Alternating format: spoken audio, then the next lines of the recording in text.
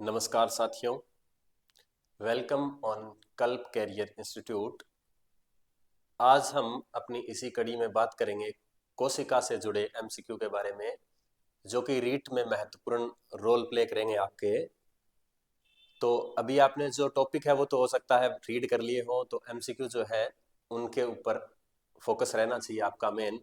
तो उसी सीरीज में अपने चलते हैं। पहला क्वेश्चन है अपना, ओमनी सेलुला ई सेलुला अर्थात कोशिकाएं पूर्ववर्ती कोशिकाओं से उत्पन्न होती है, यह कथन किसके द्वारा दिया गया था? तो स्लाइडन एंड स्वान जो है इन्होंने तो दी थी सेल थ्योरी, इन्होंने प्रपोज करी थी सेल थ्योरी। दूसरा है Rudolf Virchow. Rudolf Virchow is the right answer, because Rudolf Virchow थे, उन्होंने ही बताया था कि पुरानी कोशिकाओं से ही नई कोशिकाएं आती है, और उसी को बाद में जो सेल थ्योरी थी उसी को बदल कर दिया गया था न्यू सेल थ्योरी या modern cell theory. Robert Brown जो थे उन्होंने न्यूक्लियस को डिस्कवर किया था, रॉबर्ट हुक जो थे उन्होंने सेल को डिस्कवर किया था। नेक्स्ट अपना जो क्वेश्चन है वो है, किसी प्रोकैरियोटिक कोशिकाओं के आनुवांशिक पदार्थ के बारे में क्या सही है? तो प्रोकैरियोटिक कोशिका जो है उसके बारे में क्या सही है? हिस्टोन का अभाव, बिल्कुल हिस्टोन प्रोटीन जो होता है वो एब्सेंट रहता है इनके अंदर, ये सही स्टेटमेंट है इनका। नाभिकीय झिल्ली द्वारा आवृत नहीं। न्यूक्लियस जो होता है, न्यूक्लियस इनके अंदर एब्सेंट रहता है, तो सही है, नाभिकीय झिल्ली द्वारा आवृत नहीं। एकल वर्ताकार डीएनए अणु से बने हुए, बिल्कुल सही बात है, इनका जो डीएनए होता है वो इस तरीके से एकल ही होता है। उपरोक्त सभी, तो ऑल ऑफ द अबोव हो जाएगा इसके अंदर का। नेक्स्ट क्वेश्चन जो अपना है, स्त्रावण का कार्य करने वाली कोशिकाओं में बहुतायत में पाए जाते हैं। स्त्रावण मतलब सिक्रीशन का जो काम करती है जो कोशिकाएं, तो उनके अंदर अपने को कौन सा सेल ऑर्गेनल जो है, कोशिकांग जो है, वो ज्यादा देखने को मिलेगा? लाइसोसोम। लाइसोसोम का काम डाइजेशन का है, सिक्रीशन का नहीं होता है। एंडोप्लाज्मिक रेटिकुलम जो है इसको भी देख लिया जाएगा। चलो, ईआर क्या काम करती है? डिक्टियोसोम या फिर गोल्जी बॉडी? डिक्टियोसोम या फिर Golgi body? Golgi body. Plants के अंदर इसे डिक्टियोसोम बोल दिया जाता है और एनिमल सेल के अंदर इसे ही गोल्जी बॉडी बोल देते हैं, या फिर ओस्टियोसोम्स। तो इसमें से आपका जो राइट हो जाएगा वो कौन हो जाएगा? डिक्टियोसोम, बिकॉज सिक्रीशन का जो काम है वो गोल्जी बॉडी का काम है। एंडोप्लाज्मिक रेटिकुलम जो है वो सिक्रीशन तो करती है, पर सिक्रीशन किसका करती है? प्रोटीन सिंथेसिस में हेल्प करती है, या फिर स्टेरॉइडल हार्मोन जो है, स्टेरॉइडल हार्मोन लिपिड वगैरह से जो बने हुए हार्मोन होते हैं उनके सिंथेसिस में हेल्प करती है आपका। तो राइट आंसर हो जाएगा आपका कौन? डिक्टियोसोम या फिर गोल्जी बॉडी। नेक्स्ट क्वेश्चन अपना है, कोशिका द्रव्य क्लोरोप्लास्ट एवं माइटोकॉन्ड्रिया के राइबोसोम, राइबोसोम का सीक्वेंस बताना है अपने को कि क्लोरोप्लास्ट, कोशिका द्रव्य और माइटोकॉन्ड्रिया के अंदर राइबोसोम कौन कौन से टाइप के मिलते हैं? तो जो साइटोप्लाज्म जो होता है, साइटोप्लाज्म के अंदर अपने को मिलता है 80s राइबोसोम। क्लोरोप्लास्ट की बात करें तो क्लोरोप्लास्ट के अंदर मिलता है अपने को 70s राइबोसोम, और इसी तरीके से अगर बात करें माइटोकॉन्ड्रिया की, तो माइटोकॉन्ड्रिया के अंदर भी मिलता है अपने को कौन सा राइबोसोम? 70s ribosome. तो पहला स्टेटमेंट अपना जो है वो 80s राइबोसोम, 80s 70s, जो कि क्या हो जाएगा अपना? फॉल्स स्टेटमेंट है। 80s 70s 70s is the true answer. सभी में 70s नहीं मिलता है, सभी में 80s भी नहीं मिलता है। ईआर जो, सॉरी, क्लोरोप्लास्ट और माइटोकॉन्ड्रिया जो होते हैं उनमें 70s टाइप के राइबोसोम मिलते हैं आपको, चाहे वो प्रोकैरियोटिक कोशिका हो चाहे यूकैरियोटिक कोशिका हो। प्रोकैरियोटिक कोशिका में अपने को क्लोरोप्लास्ट देखने को ही नहीं मिलेगा और ना ही माइटोकॉन्ड्रिया देखने को मिलेगा, सिर्फ यूकैरियोटिक सेल्स के अंदर देखने को मिलेगा। राइबोसोम के संबंध में निम्न में से कौन सा विकल्प सही नहीं है? राइबोसोम के बारे में कौन सा स्टेटमेंट ट्रू नहीं है? झिल्ली अनावेष्टित, तो राइबोसोम जो है उसके अंदर मेम्ब्रेन एब्सेंट होती है, मेम्ब्रेन जो है वो एब्सेंट होती है। कोशिका द्रव्य एवं आर पर उपस्थित होते हैं, तो सही बात है, कोशिका द्रव्य में भी मिल जाता है, और आर या रफ एंडोप्लाज्मिक रेटिकुलम जो है और रफ एंडोप्लाज्मिक रेटिकुलम को बोला इसीलिए रफ एंडोप्लाज्मिक रेटिकुलम बिकॉज उसके ऊपर कौन मिल रहा है, राइबोसोम मिल रहा है। अगली क्लोरोप्लास्ट और माइटोकॉन्ड्रिया में अनुपस्थित, ये स्टेटमेंट इसका हो गया फॉल्स। इसने यही पूछा है, सही नहीं है। प्रोटीन संश्लेषण में भाग लेते हैं, बिल्कुल सही बात है, प्रोटीन संश्लेषण में भाग लेते हैं, तो इसका ये स्टेटमेंट भी सही है। कोशिका द्रव्य आर में मिलते हैं, सही है। इसके बाहर की तरफ कोई मेम्ब्रेन नहीं होती है। लास्ट ईयर रीट के अंदर क्वेश्चन भी आया था ये कि मेम्ब्रेन लेस सेल ऑर्गेनल पूछा था, और मेम्ब्रेन लेस सेल ऑर्गेनल कौन है आपका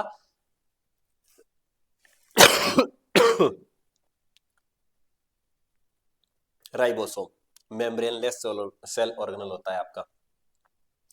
तो क्लोरोप्लास्ट और माइटोकॉन्ड्रिया में क्या होते हैं, प्रेजेंट होते हैं, और प्रेजेंट भी कौन सा एस होता है, अभी बताया था 70S टाइप ऑफ राइबोसोम जो है इनके अंदर प्रेजेंट होता है। टोनोप्लास्ट क्या है, टोनोप्लास्ट जो है माइटोकॉन्ड्रिया की बाह्य झिल्ली को कहते हैं, नहीं। क्लोरोप्लास्ट की अंतः झिल्ली को कहते हैं, नहीं। पादप कोशिकाओं की रिक्तिकाओं की झिल्ली सीमा, प्लांट सेल जो होती है, प्लांट सेल के अंदर अगर अपने देखें तो वैक्यूल मिलती है, और वैक्यूल की जो मेम्ब्रेन होती है, वैक्यूल की जो मेम्ब्रेन होती है इसे कहते हैं अपने क्या रहे, टोनोप्लास्ट।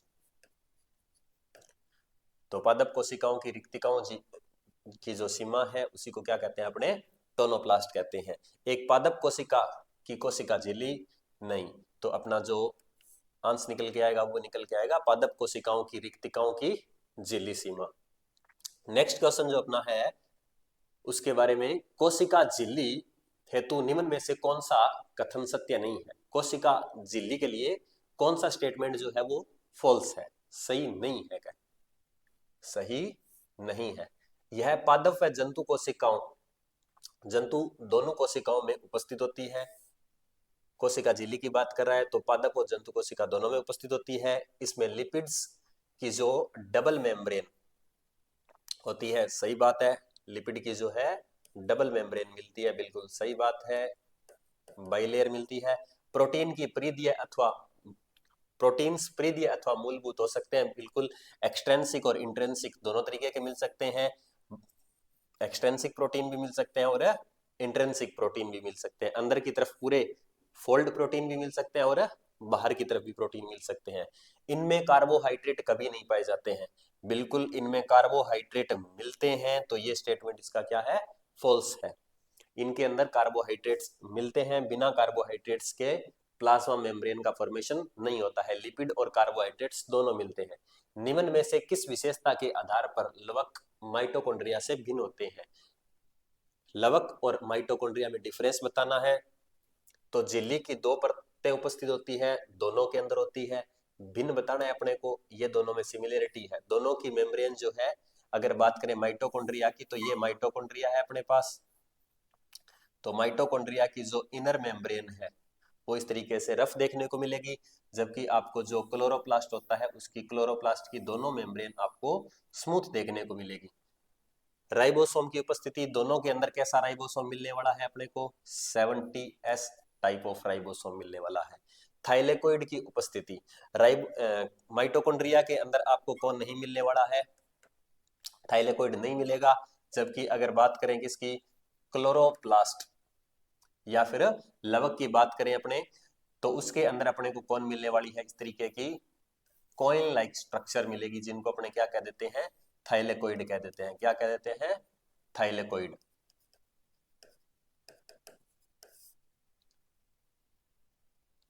तो थाइलेकोइड की उपस्थिति इन दोनों को एक दूसरे से भिन्न करती है। दोनों के अंदर डीएनए उपस्थित रहता है, डीएनए सर्कुलर मिलता है, दोनों के अंदर डीएनए मिलता है, इसीलिए इनको अपने सेमी ऑटोनोमस सेल ऑर्गेनल भी कहते हैं। तो इनके अंदर ऑप्शन हो जाएगा अपना कौन, थाइलेकोइड की उपस्थिति। और थाइलेकोइड का जो कार्य है वो फोटोसिंथेसिस के दौरान रहता है, तो माइटोकॉन्ड्रिया वो फोटोसिंथेसिस नहीं करता है, जबकि क्लोरोप्लास्ट है वो फोटोसिंथेसिस करता है आपका। क्या निम्न में से किसके या किस में गुणसूत्रों की संख्या आधी रह जाती है।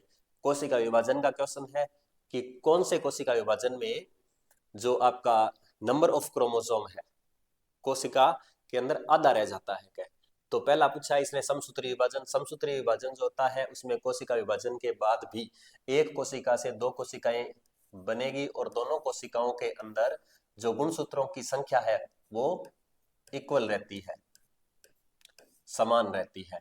अर्धसूत्री विभाजन फर्स्ट और सेकंड दो तरीके का होता है। अर्धसूत्री विभाजन फर्स्ट जो होता है उसके अंदर हमेशा ही क्रोमोसोम क्या हो जाते हैं, हाफ हो जाते हैं।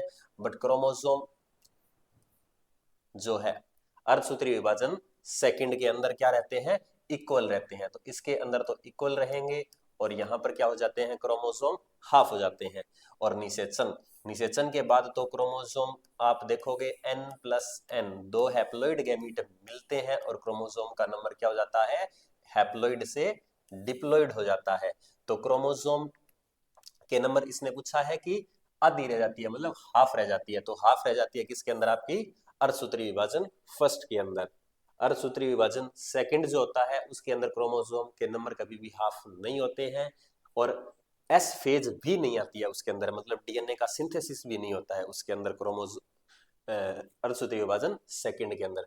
जियो में अर्धसूत्री विभाजन की किस, जियो में अर्धसूत्री विभाजन किस दौरान होता है क्या, तो अर्धसूत्री विभाजन जो है वो ज्यादातर क्या होता है, लैंगिक जनन के दौरान देखने को मिलता है। लैंगिक जनन मतलब मेल एंड फीमेल गैमीट का formation, male and male gamete और फीमेल के अंदर बनेंगे कौन सा गैमीट, फीमेल गैमीट्स का फॉर्मेशन होगा। तो गैमीट्स का जब फॉर्मेशन होगा तो गैमीट्स को बनाया जाता है हमेशा ही हैप्लॉइड। तो हैप्लॉइड करने के लिए अभी बताया था कौन सा डिवीजन करना पड़ता है अपने को, अर्धसूत्री विभाजन करना पड़ता है। कायिक जनन, कायिक जनन के अंदर तो अपने देख सकते हैं कि जैसे सीधा सीधा क्या है, लीफ है, लीफ से अपने क्या ब्रायोफिलम है, जैसे नए प्लांट का फॉर्मेशन कर लेता है। इसी तरीके से हो सकता है आपने कलम लगाई हो या फिर कोई और किसी तरीके से वेजिटेटिव प्रोपोगेशन आपने किया हो, जैसे लहसुन के अंदर अपने कर सकते हैं, इसके अलावा प्याज या फिर पोटैटो के अंदर कर सकते हैं अपने। तो ये जो है वो कायिक जनन हो गया। लैंगिक और कायिक जनन दोनों में नहीं, इसमें से कोई नहीं, तो अपना ऑप्शन निकल के आएगा कौन, लैंगिक जनन। लैंगिक जनन के दौरान है वो आपका मियोसिस डिवीजन होता है, अर्धसूत्री विभाजन होता है। समसूत्री विभाजन का लक्षण है, मतलब माइटोसिस विभाजन का लक्षण पूछा है, तो क्या ये न्यूनकारी होता है, नहीं, ये एक तरीके का क्या है, इक्वल डिवीजन, इक्वेशनल डिवीजन होता है, समान विभाजन होता है। इसके अंदर क्रोमोसोम जितने थे उतने ही रहेंगे, क्रोमोसोम कभी भी आधे नहीं होंगे। डॉटर सेल जो बनने वाली है एक कोशिका से, जो दोनों की दोनों डॉटर सेल बनेगी, दोनों के दोनों डॉटर सेल के अंदर क्रोमोसोम नंबर सेम रहने वाले हैं। न्यूनकारी एवं समविभाजन नहीं, समजात गुणसूत्रों का युग्मन नहीं, क्रोमोसोम पेयरिंग में नहीं आएंगे इसके अंदर का। तो समसूत्री विभाजन जो है उसमें क्रोमोसोम इक्वल रहते हैं हमेशा। वे कोशिकाएं जिनमें विभाजन नहीं होता है सामान्यतः किस अवस्था में चली जाती है। अगर अपने देखें, बात करें एक सेल साइकिल की, तो सेल साइकिल की अगर बात करें अपने, तो इसको अपने मेनली डिवाइड कर सकते हैं इस तरीके से, G1 phase, S phase, G2 phase और M फेज। ये जो G1 से लगा करके G2 तक की फेज है इसे कह देते हैं अपने इंटरफेज। और इसी दौरान यहां आपका कैरियोकाइनेसिस और साइटोकाइनेसिस दोनों देखने को मिलेगा। तो यहां लिख देता हूं मैं प्रोफेज, मेटाफेज, एनाफेज और टीलोफेज। प्रोफेज, मेटाफेज, एनाफेज और टीलोफेज। यहां लिख देते हैं अपने साइटोकाइनेसिस, मतलब कोशिका का एक्चुअल विभाजन जो ना है वो यही होना है क्या, यहाँ न्यूक्लियस का विभाजन होगा एम फेज के अंदर। अगर एम फेज के बाद ग्रोथ फेज 1 अगर वापस से नहीं आ रही है, वो कोशिका विभाजन नहीं करना चाह रही है, तो वो कोशिका चली जाती है एक अलग ही फेज के अंदर और उस फेज को कह देते हैं अपनी कौन सी फेज, G0 फेज, क्योसेंट फेज कह देते हैं उसे एक तरीके से अपने की। इस फेज के अंदर जो कोशिका है वो विभाजन नहीं कर रही है लेकिन मेटाबॉलिकली वो सेल एक्टिव रहती है। तो G0 फेज के अंदर जब सेल चली जाएगी तो उसके अंदर किसी भी तरीके का विभाजन देखने को अपने को नहीं मिलेगा। जैसे अपने हृदय की जो कोशिकाएं हैं, हार्ट की जो सेल्स होती है, वो इस तरीके से G0 फेज के अंदर जा सकती है। निम्न में से कौन सी कोशिकीय घटक, कौन सा कोशिकीय घटक पौधों की जड़ों में प्राय नहीं पाया जाता है। अगर बात करें ल्यूकोप्लास्ट, तो ल्यूकोप्लास्ट मिल सकता है। ल्यूकोप्लास्ट का काम फूड को स्टोर करना है, राइबोसोम, राइबोसोम मिलेगा हर एक कोशिकाओं के अंदर मिल जाएगा अपने को। माइटोकॉन्ड्रिया मिलेगा अपने को, क्या नहीं देखने को मिलेगा, हरित लवक देखने को नहीं मिलेगा, क्योंकि हरित लवक का जो कार्य है वो तो मेन फंक्शन हो गया इसका क्या, फोटोसिंथेसिस करना, प्रकाश संश्लेषण करना। तो फोटोसिंथेसिस करना या फिर प्रकाश संश्लेषण करना, और जड़ों का मुख्य कार्य वाटर और मिनरल्स को एब्जॉर्ब करना है, प्लांट को स्टेबिलिटी प्रोवाइड करवाना है। फोटोसिंथेसिस का जो मेन फंक्शन है वो तो लीफ का है। लेकिन फिर भी एक्सेप्शनली हो सकता है कि जैसे ट्रापा सिंगाड़ा जो है, सिंगाड़ा की जड़ों में अपने को क्या देखने को मिल सकता है, हरित लवक देखने को मिल सकता है, वो एक्सेप्शन है, पर जनरली अपने को देखने को नहीं मिलता है। पादप कोशिका भित्ति की मध्य पटलिका बनी होती है।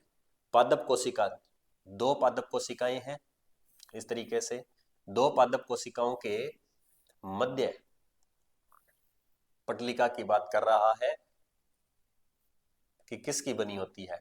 तो मध्य पटलिका किसकी बनी होती है, तो ये बनी होती है मेनली कैल्शियम और मैग्नीशियम पैक्टेट की, मेनली बनी होती है कैल्शियम और मैग्नीशियम पैक्टेट की।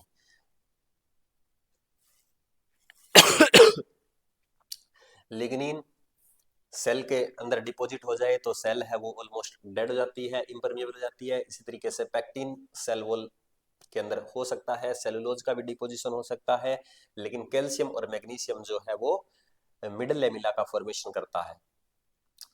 कोशिका में कौन सा पाचन थैली या डाइजेस्टिव बैग या आत्मघाती थैली है कहलाता है क्या, तो पहला ऑप्शन दे रखा है गोल्जी काय। गोल्जी काय का ये कार्य नहीं है कि ये डाइजेशन में रोल प्ले करेगा, ना ही माइटोकॉन्ड्रिया का फंक्शन है, ना ही राइबोसोम का। नेक्स्ट अपने है लाइसोसोम। लाइसोसोम को अपने suicidal bag of the cell कह सकते हैं, बिकॉज इसके अंदर कौन से एंजाइम भरे हुए हैं, खूब सारे डाइजेस्टिव एंजाइम भरे हुए हैं, हाइड्रोलिटिक एंजाइम भरे हुए हैं। तो डाइजेस्टिव एंजाइम भरे हैं इसके अंदर, खूब सारे क्या भरे हैं इसके अंदर, डाइजेस्टिव एंजाइम।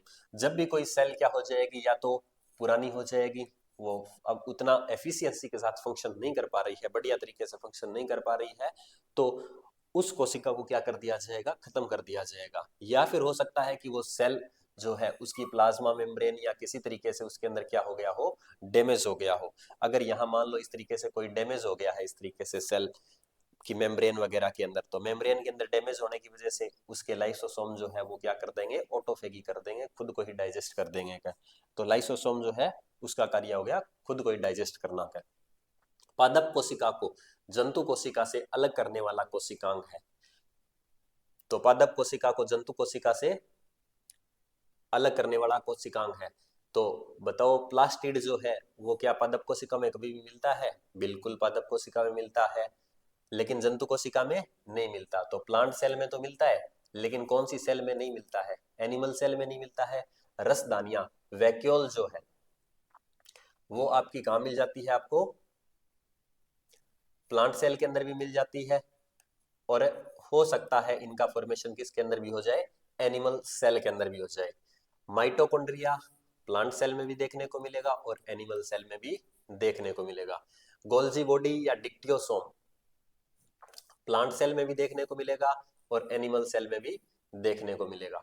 ये आपका रीट के अंदर आया था लेवल सेकंड के अंदर, 2025 के अंदर जो अभी हुआ था उसके अंदर का। तो यहाँ आपका ऑप्शन सही हो जाएगा, पादप कोशिका को जंतु कोशिका से अलग करने वाला कोशिका अंगक है तो प्लास्टिड हो जाएगा। कोशिका के निम्नलिखित में से किस अणुकाय में दोहरी झिल्ली अनुपस्थित होती है। अगर बात करें केंद्रक की, तो केंद्रक के अंदर आपको डबल मेम्ब्रेन देखने को मिलेगी, लेकिन डबल मेम्ब्रेन कैसी होती है, पोरस होती है। इस तरीके से डबल मेम्ब्रेन देखने को मिलेगी, लेकिन डबल मेम्ब्रेन कैसी होगी, आपकी पोरस होगी। परमिएबिलिटी के लिए है ये, कोई भी मॉलिक्यूल को बाहर ले जाना है या अंदर लेके आना है उसके लिए। और दूसरा ऑप्शन है माइटोकॉन्ड्रिया। माइटोकॉन्ड्रिया जो है उसके अंदर भी उसकी दोनों मेम्ब्रेन जो है वो इस तरीके से अपने को देखने को मिलेगी। लाइसोसोम, लाइसोसोम सिर्फ सिंगल मेम्ब्रेन वाला है। हरितलवक की बात करें तो हरितलवक में भी कितनी मेम्ब्रेन देखने को मिलती है, अपने डबल मेम्ब्रेन देखने को मिलती है। डबल मेम्ब्रेन वाले भी दोहरी झिल्ली वाले जो कोशिकांग है, इनकी कोशिका झिल्लियों में भी अंतर है, झिल्लियों में भी अंतर है, आप देख सकते हो इस तरीके से। तो आपका सही ऑप्शन हो जाएगा यहाँ पे कौन, लाइसोसोम। दोहरी झिल्ली लाइसोसोम में अनुपस्थित होती है। निम्नलिखित में से कौन से कोशिकांग में सरूपण तल तथा परिपक्वन तल पाए जाते हैं? सरूपण और परिपक्वन तल जो है आपके किसके अंदर देखने को मिल सकते हैं? आपको गोल्जी काय के अंदर। माइटोकॉन्ड्रिया में इस तरीके को कोई दो तल नहीं देखने को मिलेंगे, ना ही लाइसोसोम में देखने को मिलते हैं और ना ही लवक में देखने को। गोल्जी काय में मिलेंगे। यहाँ पर इस तरीके से आपका न्यूक्लियस देखने को मिल रहा है। न्यूक्लियस के पास इस तरीके से आपको क्या देखने को मिलेगी? गोल्जी बॉडी क्लोज एसोसिएशन के अंदर। तो वहां एक तरफ वाला फेस जो है वो तो क्या हो जाएगा? आपका सिस फेस हो जाएगा। दूसरी तरफ वाला फेस क्या हो जाएगा? मैचुरेशन फेस हो जाएगा। एक तरफ से प्रोटीन जुड़ेगा और दूसरी तरफ से मैच्योर होकर के निकल जाएगा, तो फॉर्मिंग फेस या मैचुरेशन फेस हो जाएगा ये। तो सरूपण तल और परिपक्वन तल, इस तरीके से सरूपण तल, और ये कौन हो गया? आपका परिपक्वन तल हो गया। नेक्स्ट क्वेश्चन अपना जो है वो, किस कोशिकांग में क्रिस्टी पाई जाती है? तो क्रिस्टी की अगर बात करें तो क्रिस्टी आपको मेनली कहां देखने को मिलेगी? माइटोकॉन्ड्रिया के अंदर। किसके अंदर देखने को मिलती है? माइटोकॉन्ड्रिया के अंदर। ये जो उभार देखने को मिल रहे हैं आपको, इन उभार को ही अपने क्या कहते हैं? क्रिस्टी कहते हैं। तो क्रिस्टी जो है इनके ऊपर ही अपने को कौन देखने को मिलता है? F0 F1 पार्टिकल भी देखने को मिलता है। F1 F0 पार्टिकल भी देखने को मिलता है, जिसका काम क्या है? मेनली किसका सिंथेसिस करवाना? एटीपी। और यहीं पर आपका इलेक्ट्रॉन ट्रांसपोर्ट सिस्टम चलता है, जिससे एटीपी का फॉर्मेशन होता है। तो इसके अंदर आपका सही ऑप्शन जाएगा कौन? माइटोकॉन्ड्रिया। नेक्स्ट क्वेश्चन की अगर बात करें अपने, तो यूकैरियोटिक व प्रोकैरियोटिक कोशिकाओं में पाए जाने वाले कोशिका, ऐसा कोशिकांग जो क्या होता है? झिल्ली रहित होता है। उस अंग का नाम बताना है जो क्या है? झिल्ली रहित है। तो झिल्ली रहित कोशिकांग की बात करें तो पहला है माइक्रोबॉडी, जिसमें मेम्ब्रेन देखने को मिलेगी अपने को। माइक्रोबॉडी हो सकता है कि अपने सेल के अंदर मिल भी जाए और हो सकता है ना भी मिले। अगला है लाइसोसोम। लाइसोसोम जो है उसमें भी मेम्ब्रेन देखने को मिलती है। राइबोसोम, इसमें किसी भी तरीके की मेम्ब्रेन देखने को नहीं मिलती है। गोल्जी कॉम्प्लेक्स, गोल्जी बॉडी के अंदर अपने को क्या देखने को मिलेगी? मेम्ब्रेन देखने को मिलेगी। डिक्टियोसोम वगैरह हो सकते हैं इसके अंदर, माइक्रोबॉडी जो है। तो राइबोसोम जो है वो क्या है? मेम्ब्रेन लेस होता है। और ये प्रोकैरियोटिक कोशिकाओं और यूकैरियोटिक दोनों तरीके की कोशिकाओं में मिलता है। प्रोकैरियोटिक और यूकैरियोटिक दोनों तरीके की कोशिकाओं में देखने को मिलता है और मेम्ब्रेन लेस सेल ऑर्गेनल होता है। जंतु कोशिका पादप कोशिका से भिन्न होती है क्योंकि, तो जंतु कोशिका और पादप कोशिका में क्या बताना है अपने को? डिफरेंस बताना है कि किस बेस पे एक दूसरे से डिफरेंट होती है। क्या कोशिका भित्ति नहीं होती है? बिल्कुल सही बात है। जंतु कोशिका में कोशिका भित्ति नहीं मिलती है। हरितलवक भी नहीं होते हैं। तारक के अंदर भी होते हैं। तारक के अंदर अगर आप न्यूक्लियस को देखोगे तो न्यूक्लियस के बाहर की तरफ आप लोगों को एक दूसरे से बिल्कुल 90 डिग्री के एंगल पे कितने मिल जाएंगे? ये आपको दो मिल जाएंगे, जो सेल डिवीजन के अंदर इंपॉर्टेंट रोल प्ले करते हैं, कोशिका विभाजन में मुख्य रोल निभाते हैं। हीमोग्लोबिन, हीमोग्लोबिन भी होता है। जंतु कोशिकाओं के अंदर हीमोग्लोबिन मिलता है ज्यादातर। जैसे ह्यूमन सेल ले लें अपने, तो उनके अंदर अपने को मिलेगा। तो इसका आंसर क्या चला जाएगा? अपने चारों के चारों ही स्टेटमेंट क्या है? सही है, जो एक दूसरे से क्या कर रहे हैं? इनको डिफरेंट कर रहे हैं। नेक्स्ट क्वेश्चन अगर अपने बात करें,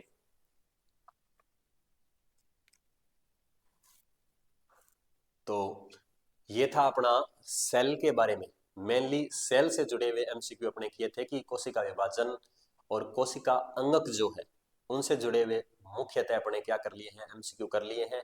इसी सीरीज में आगे के और टॉपिकों के लिए कल्प कैरियर इंस्टीट्यूट से जुड़े रहिए और एमसीक्यू सीरीज को फॉलो कर लीजिए। Thank you.